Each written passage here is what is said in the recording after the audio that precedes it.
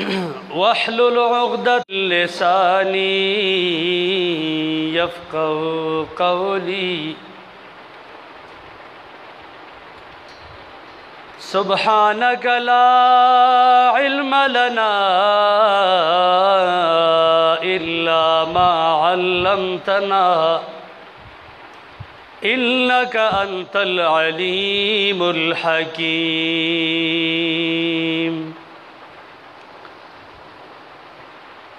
अल्हम्दुलिल्लाहिल्लज़ी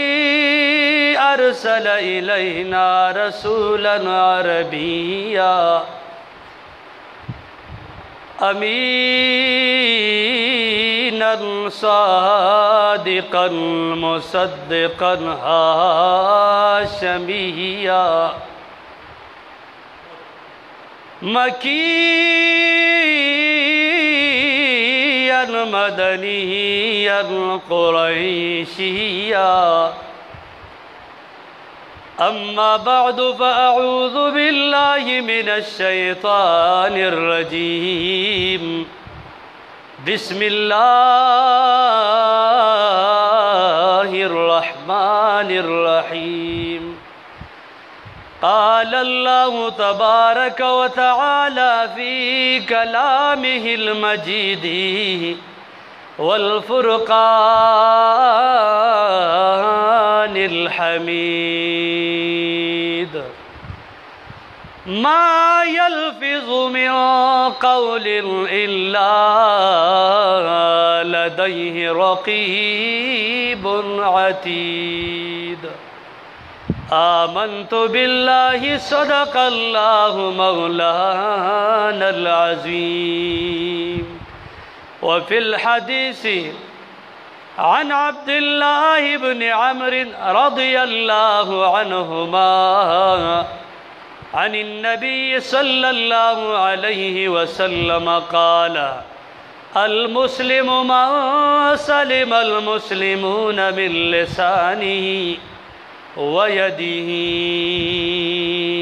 व सदक़न नबियुल करीमुल अमीन। इन्नल्लाह व मलाइकतहु युसल्लूना अलन नबिय्य या अय्युहल्लज़ीना आमनू सल्लू अलैहि व सल्लिमू तस्लीमा। दुरूद शरीफ अल्लाहुम्मा सल्लि अला सय्यिदिना मुहम्मद व आलिहि व इत्रतिहि बिअददि कुल्लि मालूमिन लक। सलातु वस्सलामु अलैका या रसूल अल्लाह व अला आलिका व अस्हाबिका या हबीब अल्लाह। हमारे रो इज़्ज़तमंदो मशरानो हमजोलो कशरानो अल्लाह जल्ल जलालुहु सरज़माद कामिल ईमान बरख नसीब का खुसूसन सुमर साहिबान चे दरब्बी करीम दे दरगाह अक़दस्ता हाजिर शिवी दी या द हाजिरई पर तकल की दी और ददी बयान सुमर सामिईन ची दी। अल्लाह रब्बुल आलमीन टोल तसरज मुंगा दद्वान जहान खैरुना इज़्ज़तुना बरकतुना वरका। मुहतरम द जुमे मुबारक द रज़ी प मुनासबत सरा स्तासु हुजूर के माँ द सूरह क़ाफ द अतल्लसम नंबर आयती करीमा मुबारक से हिस्सा और दारंगी द बुखारी और द मुस्लिम द मुत्तफ़क़ुन अलैहि हदीस से हिस्सा तिलावत करा। अल्लाह रब्बुल आलमीन दे मा तर हक़ व इनाव बिया चे सुमर सामिईन दे अल्लाह से सरज़ मा टूल तर अमल तौफ़ीक़ हो रही। अल्लाह रब्बुल आलमीन कुरान मुक़द्दसा सूरह क़ाफ अतल्लसम नंबर आयती करीमा मुबारक के फरमाई मा यल्फ़िज़ु मिन क़ौलिन इल्ला लदैहि रक़ीबुन अतीद। दा इंसान इस कौल न कही इस खबर न कही मगर दसर निगहबानी लिकुन की सातुन की मलाइकी वी दे हिस खबर न कही मगर निगहबान او ساتون کې ملائکو سره موجود دي، لیکون کې ملائکو سره موجود دي، د داغ ریکارډ تیارې. محترمو دا دو ملائک دی، یو په خیو ګناستره یو په ګسه باندې چې کرامن کاتبین ورته ویلی شي. قرآن فرمایي کرامن کاتبین یعلمون ما تفعلون. کرامن کاتبین ستاسو په اوږو باندې ناصر بزرګانې لیکونکي فرشتې چې دوی پوهیږي په هغې څه باندې کوم څه چې تاسو کوئ، یعنی تاسو که څه قسم عمل کوئ، څه قسم وینا کوئ، نو دې فرشتو ته الله د هغې علم ورکړی دی. دا فرشتې پوهیږي چې دا ښه کار دی که بد کار دی، نو دا فرشتې لیکل کوي. دوی قلم راوالی ښه اوږې واله ښه لیکل کوي، او بدې ګسې اوږې واله فرشته دا د بدو لیکل کوي. دا دواړه لګیا دي. ځکه فرمای ما یلفظ من قول الا لدیه رقیب عتید. دې هیڅ تلفظ نه کوي، هیڅ خبره نه کوي، مگر د ده سره نگهبانی ساتون کې ملائک دي، ساتون کې فرشتي دي چې هغه ریکارډ یې محفوظ کوي. ځکه قرآن کریم کې الله رب العالمین فرمایي کله چې دا انسان د قیامت په ورځ باندې خپل عمل نامه وویني او د په دې عمل نامه کې وګوري، نو هر څه به لیکوي. که وړه خبره ده که لویه خبره ده، که وړه ګناه ده که لویه ګناه ده، که وړه نیکي ده که لویه نیکي ده، هغه ټول به موجود وي. دا انسان چې کله وګوري نو دی به یو آواز وکړي مالی هذا الکتاب، زما په دې عمل نامه باندې څه شوي دي، لا یغادر صغیرة ولا کبیرة، نه وړه خبره پرېښودې ده او نه لویه خبره پرېښودې ده، الا احصاها، مگر دا ټولې حساب کړي دي. دا ټولې حساب کړي دي. ما خو به په ټوکه کې بعضې خبرې کولې او د خلکو د خندولو دپاره به بعضې خبرې مذاقو کې کولې، دی خو هغه هم لیکلي دي، دی خو زما یوه خبره نه ده پرېښه. محترمو نو یاد لرئ دا کرامن کاتبین دغه ریکارډ زما او ستا تیاری. څنګه چې مې ریکارډ کې ویډیو ریکارډ جوړیږي، دا کیمرې چیرې دا خفیه ریکارډ کینچ کوي، دغسې الله رب العالمین د انسان د پیدایش نه مخکې دا ریکارډ تیار کړی دی، او دا د انسانو د عملونو دا ریکارډ تیاری، دا به الله رب العالمین ته پیش کیږي او د ذرې ذرې حساب به کیږي. فمن یعمل مثقال ذرة خیرا یره، چا چې د ذرې برابر نیکي کړي وي هغه به ورته میلاو شي، هغه به وګوري. ومن یعمل مثقال ذرة شرا یره، او چا چې د ذرې برابر بدي کړي وي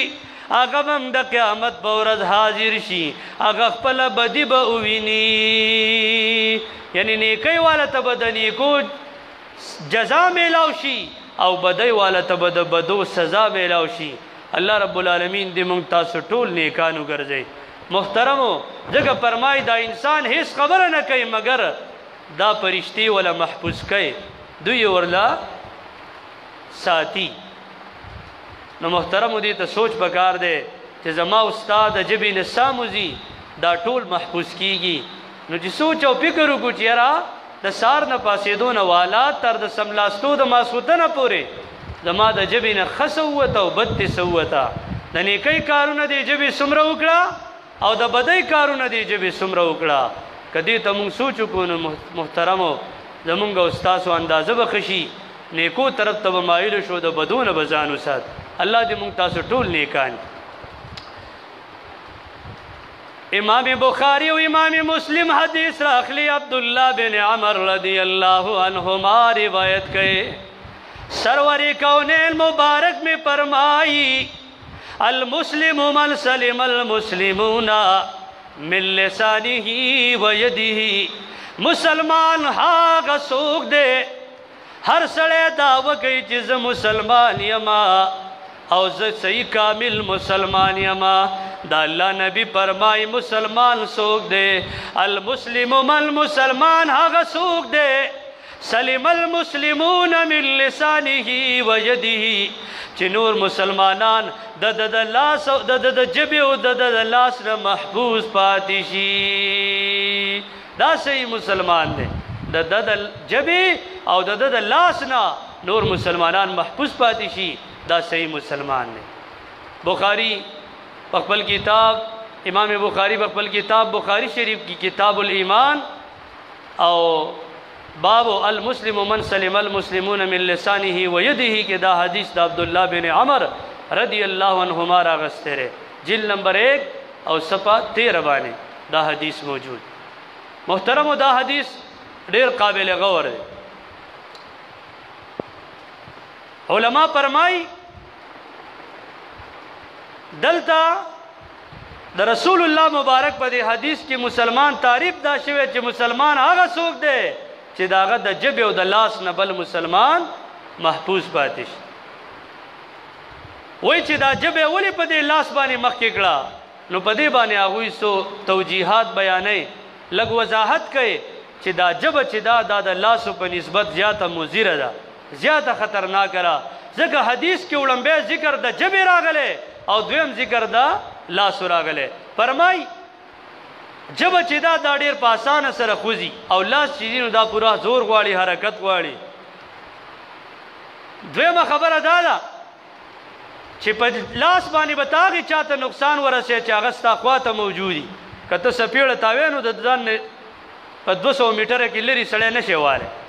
بلکې چې ستا خواته یې هغه په سپیړه باندې وې او جبه داسې خطرناک شیره چې په سعودي کې به دې سړی را سیار کړي او دلته به باد کې د لاس په نسبت سره جبه ډیره خطرناکه ده. او درېمه وجه دا بیانې محترمو چې ګورئ د لاسو د پاره د هتیارو ضرورت دی. که سړی وهینو یا به تمانچه رالی یا به ټوپک رالی یا به لوړ رالی یا به تیږه رالی او د جبې د پاره د هیڅ هتیارو ضرورت نشته. دا د غوښې ټوکړه د خو ډایرکټ په سړي گزار کوي. دا د لاس نه خطرناکه ده. او څلورمه وجه دا بیانې چې په لاسو خو به ته صرف ژوندو ته نقصان ورسې دا ژوندي به په سپیړه ووایي څوک به په تمانچه وولې د چا به وینه توی کې ژوندو ته به نقصان ورسې او جبه چې دا ژوندي نه بلکې مړي ته هم خلاص نه دي په قبر کې پراته او په قبر کې هم هغه راسیار کړي. نو جبه چې دا د لاسو په نسبت سره ډیره خطرناکه ده. ځکه پیغمبر علیه السلام فرمایي مسلمان هغه دی چې داغه د جبې او داغه د لاس نه بل مسلمان محفوظ پاتې شي. الله رب العالمین دې موږ تاسو کامل مسلمانان سوچ وکړو چې یاره زما استاد د جبې او د لاس نه څوک په تکلیف کې خو نه دي ګاونډي رانه څنګ دی مور پلار رانه څنګ دي خور رور رانه څنګ دي خوا او شا کې زما ګاونډیان زما د جبې او زما د لاس نه څنګ دي. محترمو دا سوچ وکړو انشاءالله زمونږ حالات به د ورځې نه بلې تخه کېږي. الله رب العالمین دې موږ تاسو صحیح کامل مسلمانان. نو دا خبره یاد لرئ چې جبه چې د لاس په لحاظ سره د لاس په مناسبت سره ډیره خطرناکه ده ډیره خطرناکه ده. د جبې تکلیف د لاس د تکلیف نه زیات دی. ځکه یو شاعر فرمایي جراحات السنان لغتئام که یو سړی په غاښونو باندې وچی چې هغه به جوړ شي یو سړی که به غاښونه وچی چې هغه به جوړ شي ګهرا زخم به یې خو څه وخت بعد به جوړ شي مشتاق به انټي بایوټیک ورکړي د هغې سره به برابر شي. خو فرمایي ولا یلتام ما جرح اللسان هغه څوک نه جوړیږي کم سړی چې په ژبه باندې ویشتلی شي. د پښتو یو شاعر فرمایي که د غرونو غورځېدلی وي هغه پاسېدی نشي د زړونو غورځېدلی که د غر نه هم راولېږي او دی ژوندی وي نو څه وخت بعد به جوړ شي. مونږ ډېر ولیده ملا یې ماته وي لاسونه خپې مات وي څه وخت بعد جوړ شي. خو چې د چا زړه دې ویشتو د چا زړه دې خفه کو دا زړه بیا نه خوشحالي او دا زړه په ژبه باندې خفه کېږي. الله رب العالمین دې مونږ تاسو ته د ژبې د درست استعمال توفیق راکړي. ځکه سرور کونین مبارک میں فرمائی امام بخاری بخبل کتاب بخاری شریف کی حدیث راخلی سرور کونین مبارک میں فرمائی من یضمن لی ما بین لحییہ وما بین رجلیہ سوچ مال ضمانت را کی چې زبا د دو جامو مینس کی دا خپل جب درست استعمالو ما د دو خپو مینس کی پبل حدیث کی ما بین پخیزیه لپد راغلے رے د دو پتنانو مینس کی شرمگاہ بدرست استعمالو ما سرور کونین مبارک میں فرمائی ازمن له الجنہ زدل ضمانت ورکوما چی تا جنتی ضمانت ورکوما چی مسلمان دا جبے او دارنگی دا شرمگاہ درست استعمالو کو نزور تویم چی تا جنتی دا جبے چی کم دے دمر لوی کردار دے زمان محترمو نن مونگ دا جبے دا لاس دیر زیاد کمزوریو او دیر زیاد دا جبے دا لاس گناہگاریو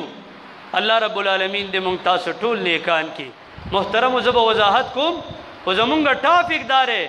چی زبان اور اس کا درست استعمال دا جبی صحیح استعمال دا جبی آداب نو محترم دا جبی اللہ مونگ لرا کری دا اسل لرا کری دی چی لگ دام وہ پیجنو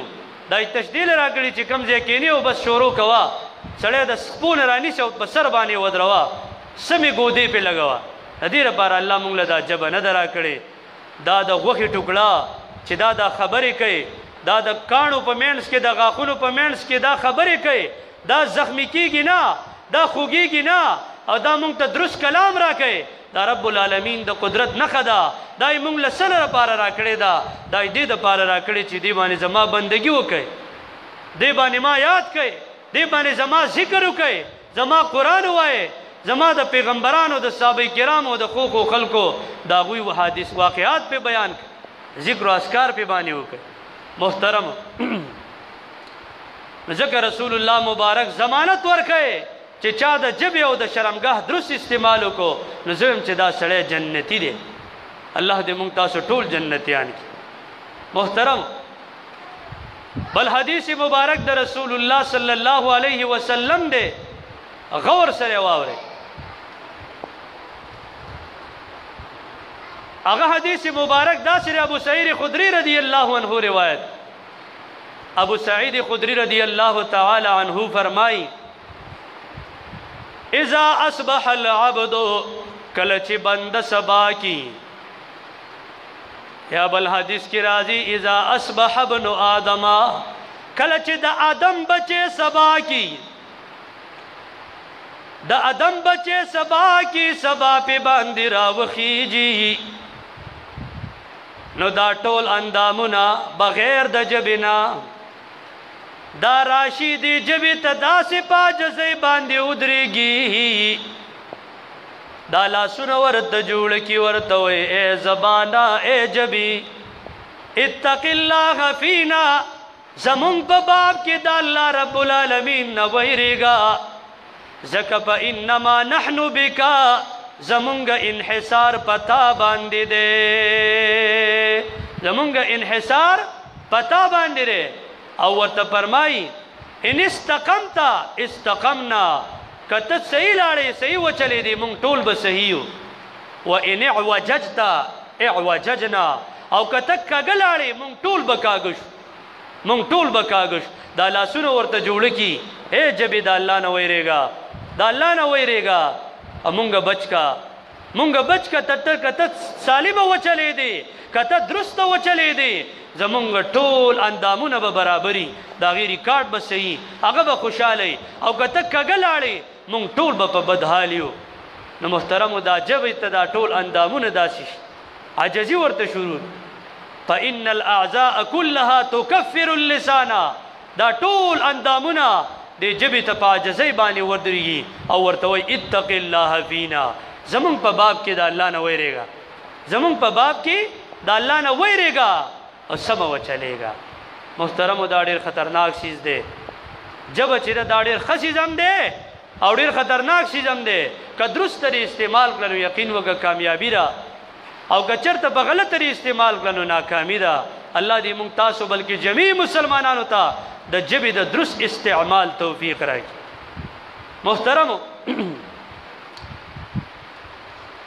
دا رسول اللہ مبارک دا یو دری حدیث تاسو تما دا جبی مبارک کی عرض کرا نو جب چی دا د دې په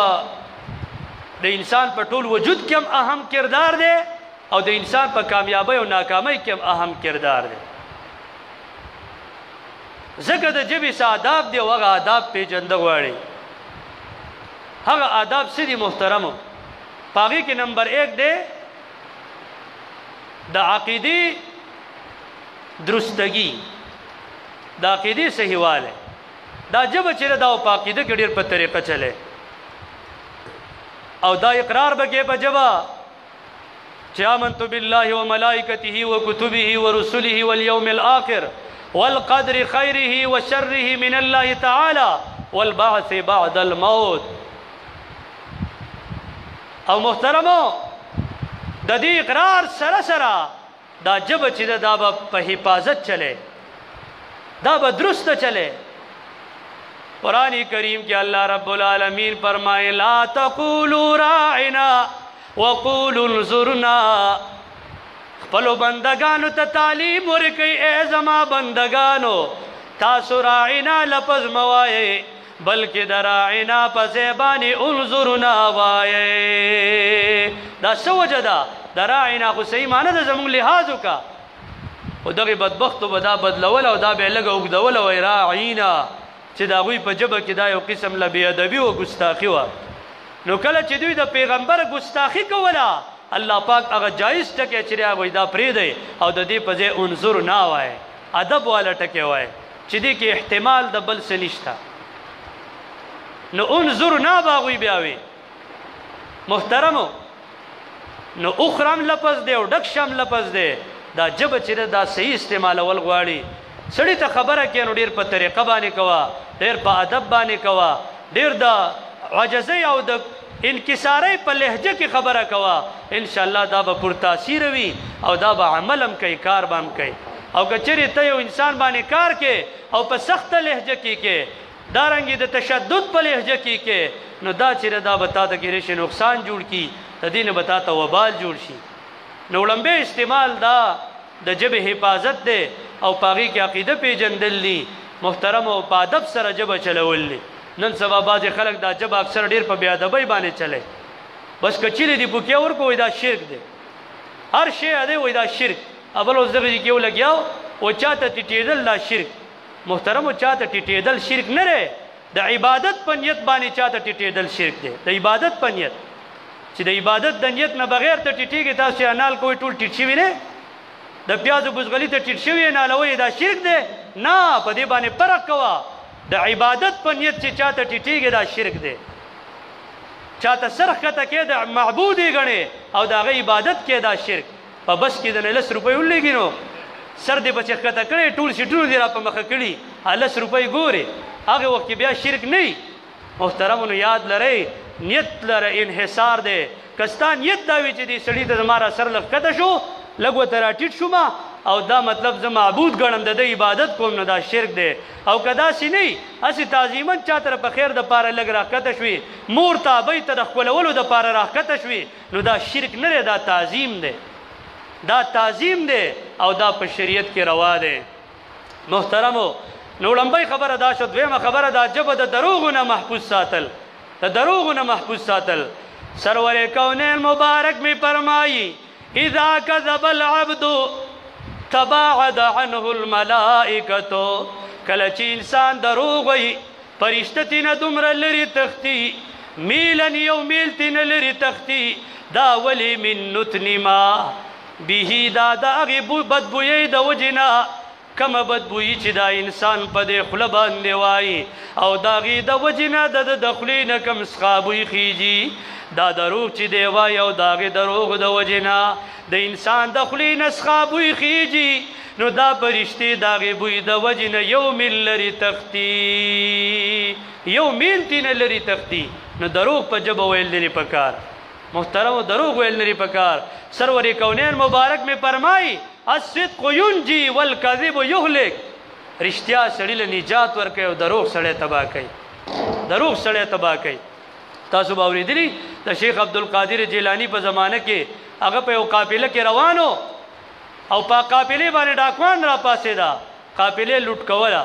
دی ماشوم چې دته راورسېده وایي څه د سره شته ویې لټوه خو صاحب منته وایي څه سره شته وایي او څلوېښت اشرفۍ را سرې دي وایي کم دي وایي د پاستر طرفه راته مور ګنډلي دي وایي کم دي چې هغوی لاس ماسو والې رخچا دننه پرتې هغې غل هغې مشر له راوسته وایي صاحب څه ناشنا سړی دی وایي ته یې وګوره چې هغه وکتو ویې کتو چیکه پې وله وکړو نو پیسې ورسره بیا نه مون وایي د سره خو څه نشته وایي تپوس دې وکړه وایي سره شته وایي او څلوېښت اشرفۍ را سرې دي وایي کم دي وایي د دننه طرف نه داري مور راته ګنډلي وایي بچیا ګوره مونږ ته دوه پیرې چیک کړې مونږ دا پیسې بیا نه موندې او ته دا رښتیا ولې وې وایي زه چې له کوره راوتم مور مې راته وی چې بچیه دروغ به نه وې بچیه دروغ به نه وې د غلو هغه سردار وایي ښه ماشومه تا ته مور وایي چې دروغ به نه وې او ته د هغې منې مونږ ته الله رب العالمین وایي چې دروغ مه وایې او مونږ د الله رب العالمین نه منو د غلو سردار وایي زه خو بس توبه وباسم نور وایي چې ته وباسې زمونږ څه کار دی مونږ هم توبه وباسو هغه څلوېښت وانه ډاکوان هغوی اولیاء وګرځېده نیکان صالحان وګرځېده دروغ ډېر خراب شی دی محترمو چې دروغ نه ځان ساتو نو قسم دی الله به درې نجات درکوي او چې دروغ دی وي نو هسې به راګېرئ په روغه معامله کې به راګېرئ نن مونږ دروغ وایو پر یې موبایلو څومره وایو هلکه چېرته ناست به په کور کې چک دره کې یم بټخېله کې یم یا په ټانک کې یم هلکه دا تا دروغ وي دلته فرشته ناسته را دلته فرشته ناسته را دا ریکارډ دله تیاروي پر یو موبایل که زمونږ سره الله حساب شروع کو نو ګوره یقین په الله وکړه که خلاص د یو موبایل په حساب باندې دومره دروغ مونږ وایو نو محترمو دا ژبه په صحیح طریقه درست استعمالول غواړي ځکه فرمایي تاسو نن سبا وګورئ نبی علیه السلام فرمایي کفا بالمرء کذبا ان یحدث بکل ما سمعا د یو سړي د دروغجنولۍ دپاره دا کافي ده چې څه دی واوري او هغه د خلکو سره شیر کوي هغه خلکو ته رسوي نن تاسو افواګانو ته وګورئ هېڅ به هم نه شوي او افوا به علاقه کې د ځنګل کې به د اور په شان خوره شوي وي او خبره به صحیح نه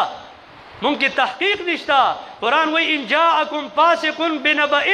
فتبینوا که فاسق درته یو خبر راوړي نو تحقیق وکړئ مونږ بلا تحقیقه خبر خورو او تحقیق نه کوو دې وجه باندې مونږ ناکامه یو محترمو دا دروغ وایو او خبرې څه تصدیق هم نه کړی خبره م اخیستې او د یو ګوټ نام په بل ګوټ باندې ودرولې محترمو یاد لرئ نن موبایل ته وګورئ فیسبوک بیان کړی چا به د دروغو پوسټ تیار کړی په خپل لاس به په خپل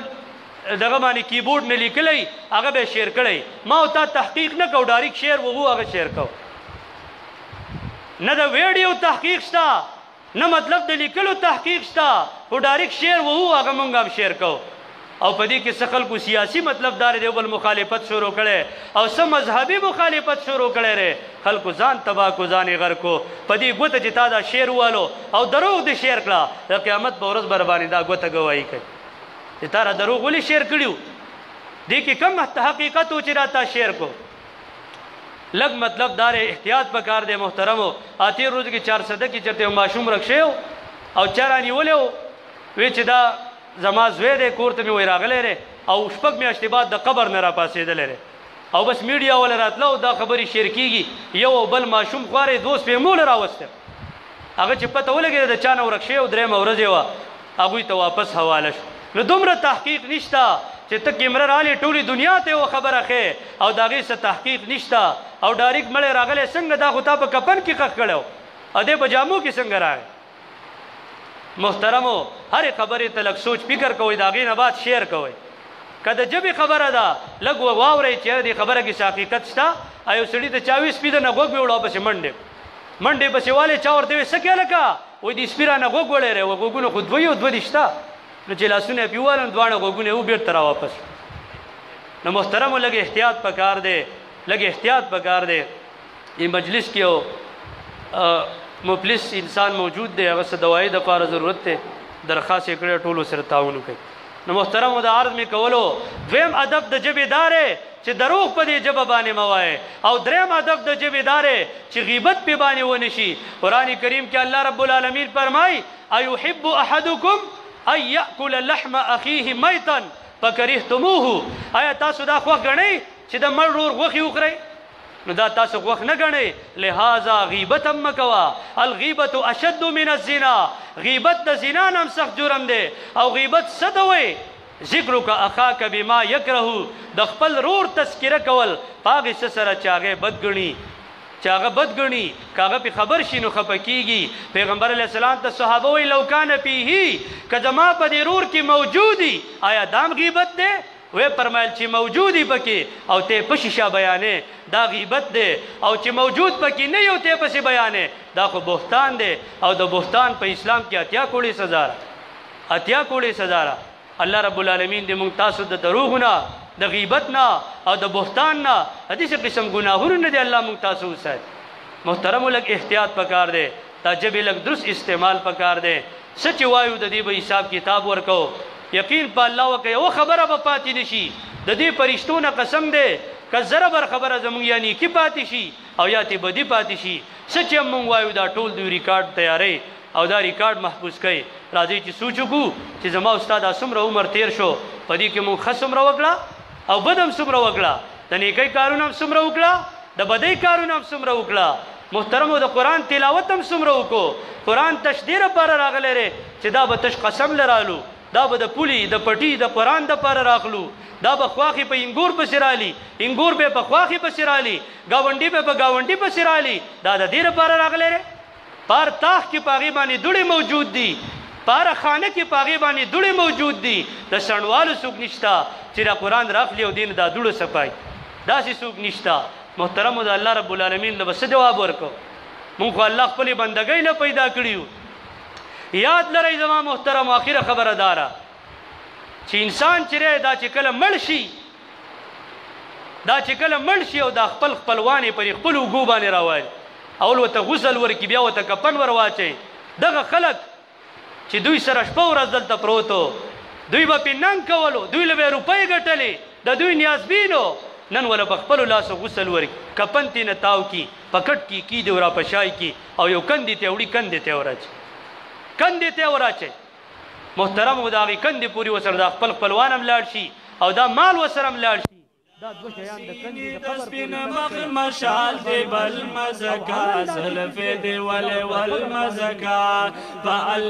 د عمل تعلق زیات تر د جبې سره دی دا اندامونه به د قیامت په ورځ به موږ تاسو ګواه کوي قرآن فرمایي الیوم نختم علی افواههم وتکلمنا ایدیهم وتشهد ارجلهم بما کانوا یکسبون د قیامت په ورځ به موږ د دوی په ژبو باندې مور وو لاسونو خپې به خبرې کوي دا پوستکي به ګواهي کوي موږ به ورته وایو لم شهدتم علینا تاسو په موږ ولې ګواهي کوئ قالوا انطقنا الله الذي انطق كل شيء چې الله پاک د ژبې د دې دومره ټوکړې نه خبرې راایستې نو د دې دومره مټ نه خبرې نشي ایستې د دې دومره اوږدې خپې نه خبره نشي ایستې د دې خېټې نه خبره نشي ایستې د غوږونو د سترګو دارنګې د پوزې نه خبره نشي ایستې د هر اندام نه به الله پاک دا خبرې وباسي دا په ما او تا ګواهي کوي نو محترمو راځئ چې نن لږ احتیاط وکړو ځکه وایي دا ژبه د چې کله سبا شي ټول اندامونه راشي ژبې ته داسې شي زمونږ په باب کې د الله نه ویرېږه که ته ټیک وې موږ ټول به ټیک یو که ته غلطه وې موږ ټول به غلط یو الله رب العالمین دې موږ تاسو سره ژبې د درست استعمال توفیق راکړي الله دې موږ تاسو ټول نیکان کړي وصلی الله